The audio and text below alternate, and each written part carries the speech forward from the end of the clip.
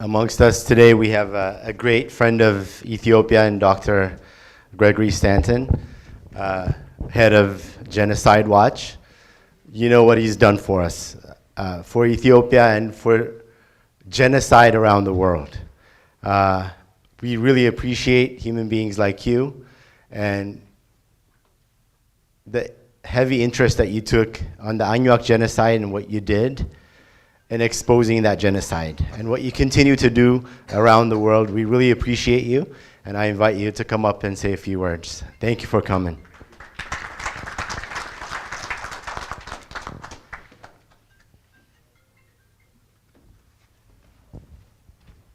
It's a real honor for me to again address you here today. I first met Obang Meto in 2003 when he called me from Saskatchewan, and he said, you know, they've just killed over 470 of our leaders in Gambela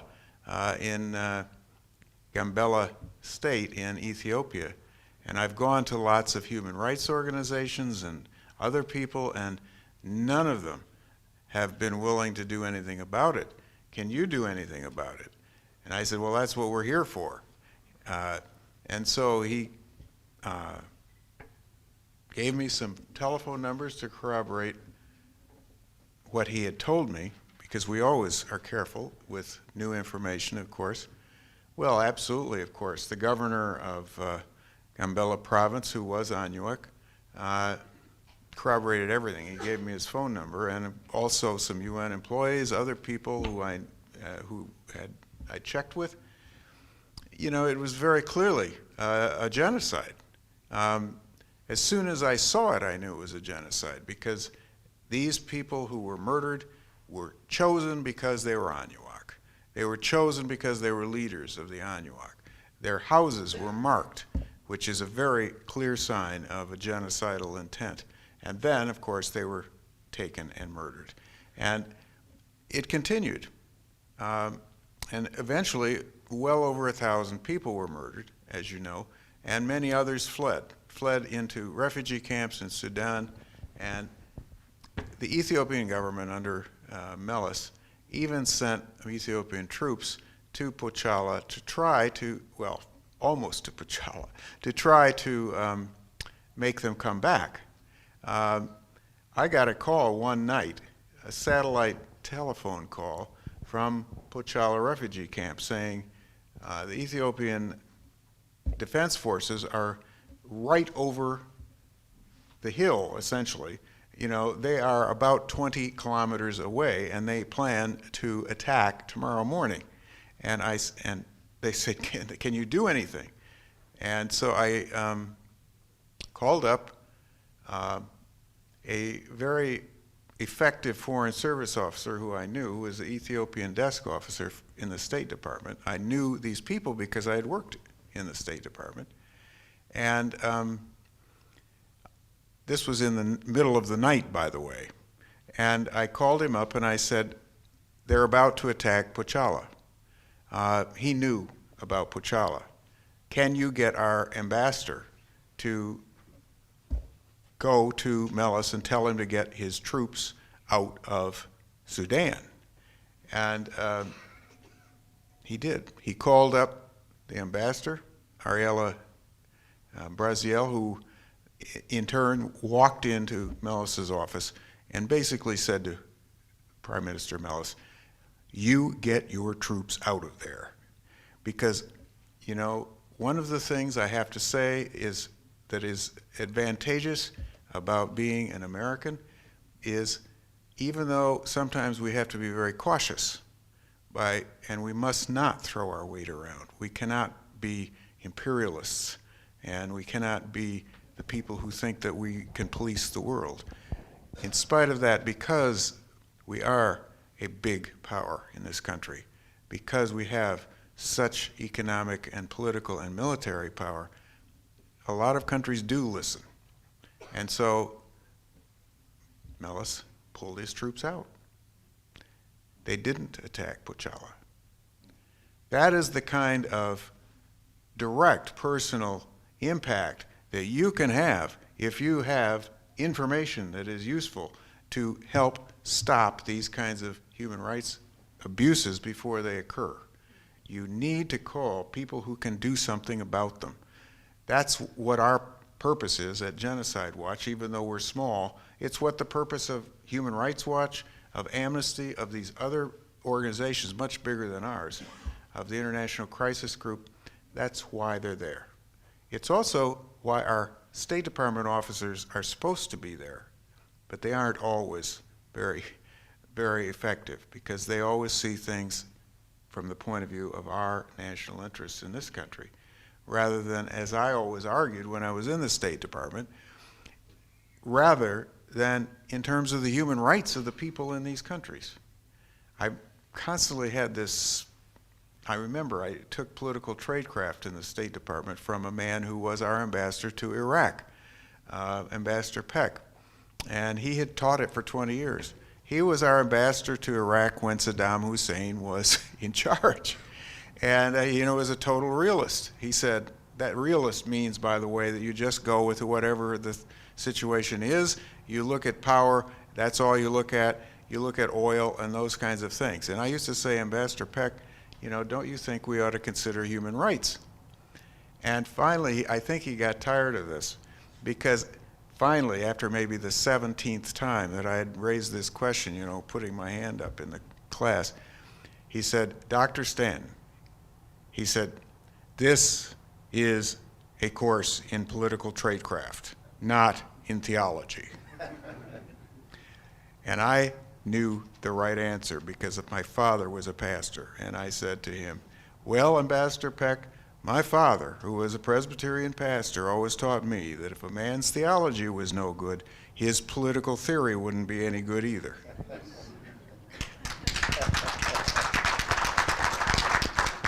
The beauty of Ethiopia is you have a theology. You have a country, one of the oldest Christian countries in the world, a country that also, of course, has many Muslims, has many other traditions, and it has all kinds of Christians. And it has, in fact, it's sent missionaries to all over the world. It's not just Ethiopia. Your country is really one of the very, very first Christian countries, and of course, the result is you know the truth, and the truth will set you free. The big problem, of course, right now is you have a government that seems to have forgotten the truth. And it's not the first, of course. You've had so many dictatorships, you lose count. But especially, of course, the worst of all, the Mengistu regime and the Meles regime. Everybody thought Meles would be an improvement on Mengistu. Well, maybe he was a little bit. Mengistu, you can't get much worse than that. Sort of the Pol Pot of Africa. But this current regime, even though Prime Minister Meles died, the current regime is still pursuing a lot of the same policies. And that is what must be changed. And that is why the solidarity movement for a new Ethiopia that you're here to support and to plan the future with is so important. It is so important that you succeed. Now, one of the biggest problems in many countries is the people who are the intellectual elite, the people who can lead change, are often suppressed, thrown into prisons, thrown into places they cannot organize. You have a huge advantage here with the diaspora here in the United States. There is a huge, as you know, diaspora here in the United States of Ethiopians, and a very well-educated and economically successful diaspora. You have a very special role to play in the future of your country. You know what Professor Attia, who I think, by the way, is a political genius, has done for his country, for Ghana. And what he's advising you to do is essentially to do the same kind of thing for Ethiopia, to plan here the kinds of strategies you need to change the government and change the constitution and change the economy in Ethiopia. And his plans have been tested, have been proven in, well, at least 5 countries I know of, that it works, what he's planning, what he's told you could work. This whole idea of a sovereign constitutional assembly is a really brilliant way to bring a country together and to, in fact, try to essentially pull the power away from an elite that is really not going to give it up any other way. I want to just touch on one important point. As you know, my main subject of study and of activism is preventing genocide. One of the things we've discovered in our study of genocide is there is a direct correlation between corruption and genocide. The reason for it is that once a government gets into power and has all of the economic power as well, the people who are the leaders become increasingly corrupt. They become increasingly the kinds of people who put their money into Swiss bank accounts and into other offshore and other international banks. And then they don't want to give up power, and they will try to keep it at all costs, including genocide. We've seen it again and again and again. So one of the real difficulties is going to be, how can you convince these people who now have that power in Ethiopia to be willing to give up their power and yet assure them that they're not going to become all of a sudden paupers or somehow thrown into prison, or somehow their whole family is going to be wiped out or anything of that kind. In other words, that kind of nonviolent resistance is, in my opinion, the most effective, where you don't threaten the people's basic human rights who have the power now. You don't say, for example, we have a Tigrayan run government basically now. Well, we're going to throw all the Tigrayans out. We're just going to make sure all the Tigrayans, have to grovel in the dust after they're out of power. No, you don't do that. Instead, you have exactly what Obang and this solidarity movement for a new Ethiopia is advocating, and what you all are advocating. You're advocating a country in which humanity triumphs over ethnicity. That is a very key point that, I really am proud to be associated with Obang and with your movement. You have it right. We had leaders in this country, as you know. Martin Luther King Jr., I knew him. He's my hero, in fact. I follow his methods and I follow his theology, and I once spoke on the same platform with him in Cleveland. And I was a civil rights worker back in the 60s when we got shot at by the Ku Klux Klan. People say, well, where was the most dangerous place you've ever worked? And I've worked in Rwanda and Cambodia, and I always say it's Mississippi, 1966. Well, Martin Luther King Jr. showed us that this kind of nonviolent resistance can work. Not only can it work, it is the only kind of resistance that doesn't result in a new kind of oppression, in a new kind of dictatorship.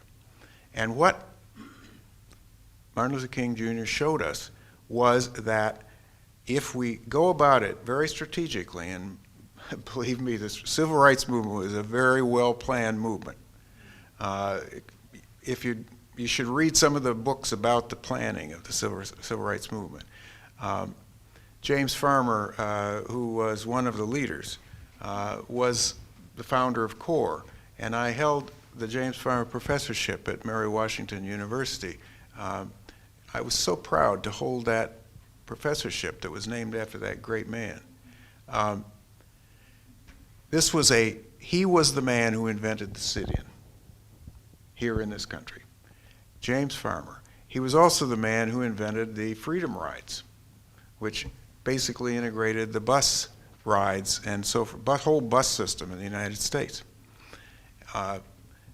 Broke up the segregated bus system. You know, this kind of strategic thinking will work. You can do it.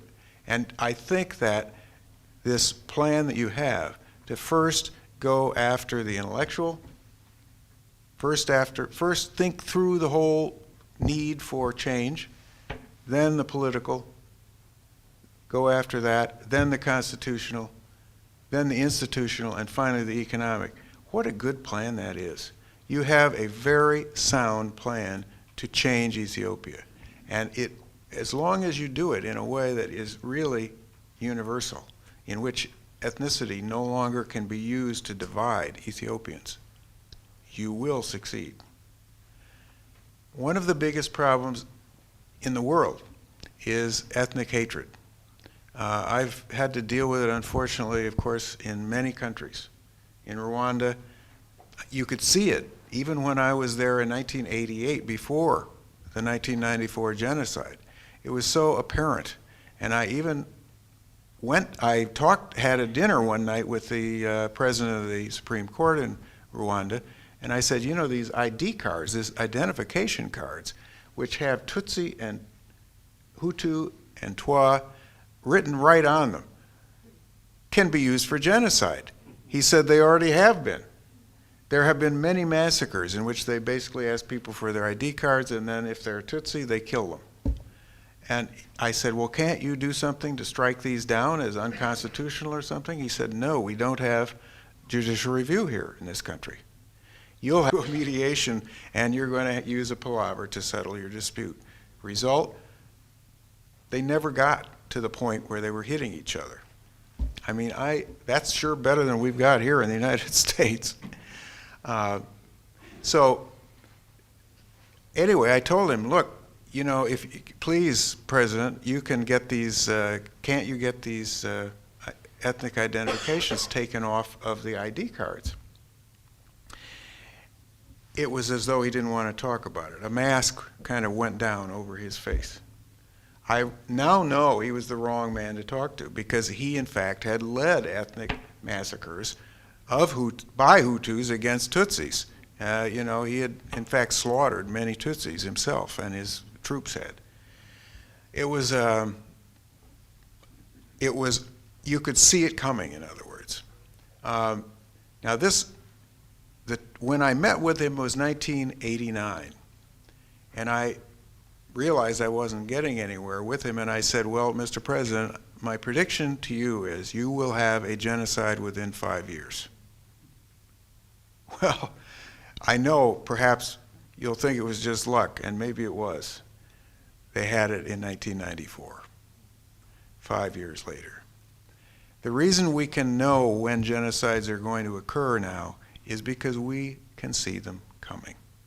The steps towards genocide are predictable. And if you look at our website, genocidewatch.net or .org, there's an essay in there that I wrote way back in 1996 called The 10 Stages of Genocide.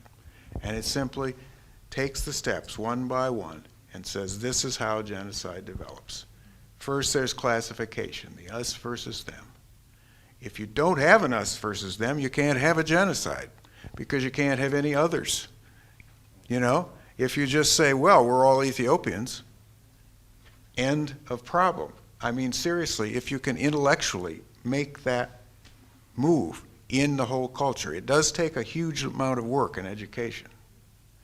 The second stage is symbolization, where you literally, you know, assign symbols or names to these ethnic groups and so forth. The third is discrimination, where you have one group discriminated against, or more than one group discriminated against. And the fourth is dehumanization, where they start speaking about that group as though it was not even human.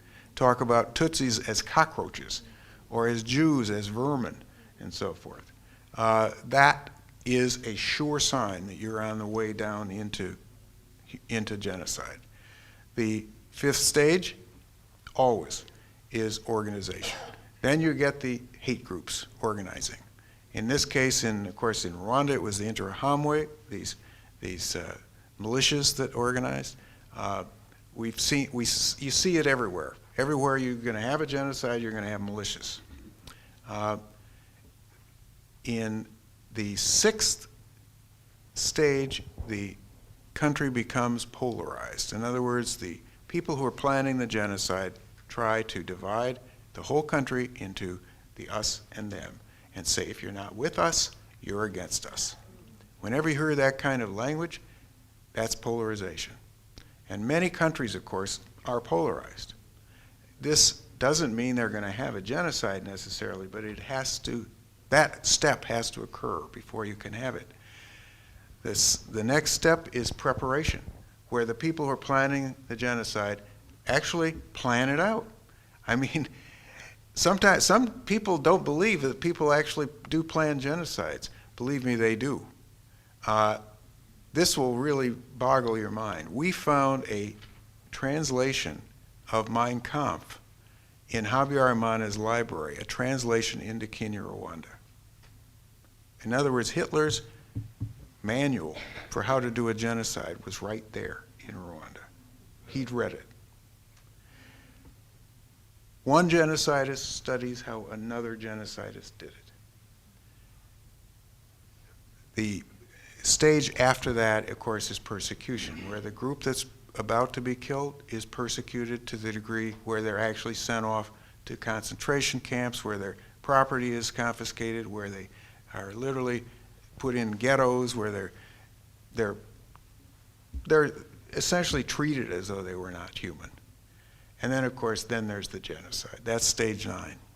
That's the stage where we can really say there is mass killing, where we have to, I think, then take forceful action to stop it.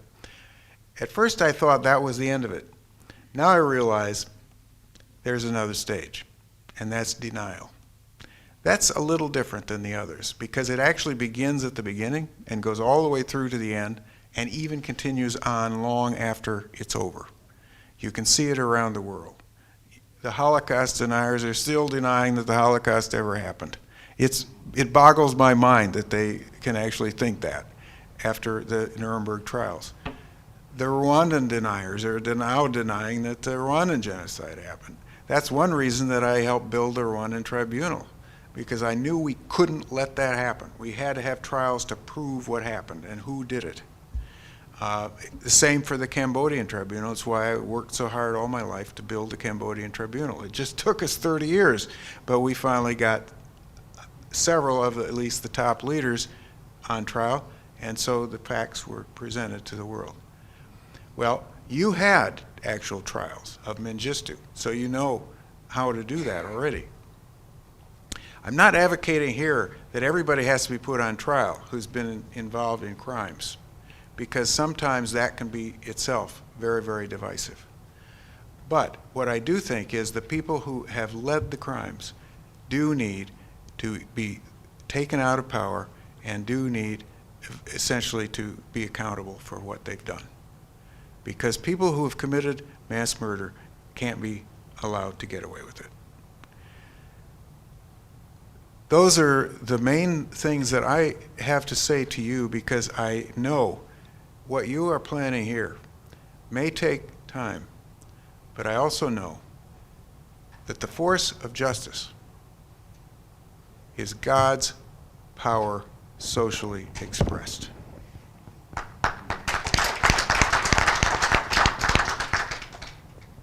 And on this Valentine's Day, love is God's power personally expressed. We are the followers of a Savior who taught us that. And I think love is the nuclear force that holds together the whole human race. And justice is the force that will transform every society. Thank you.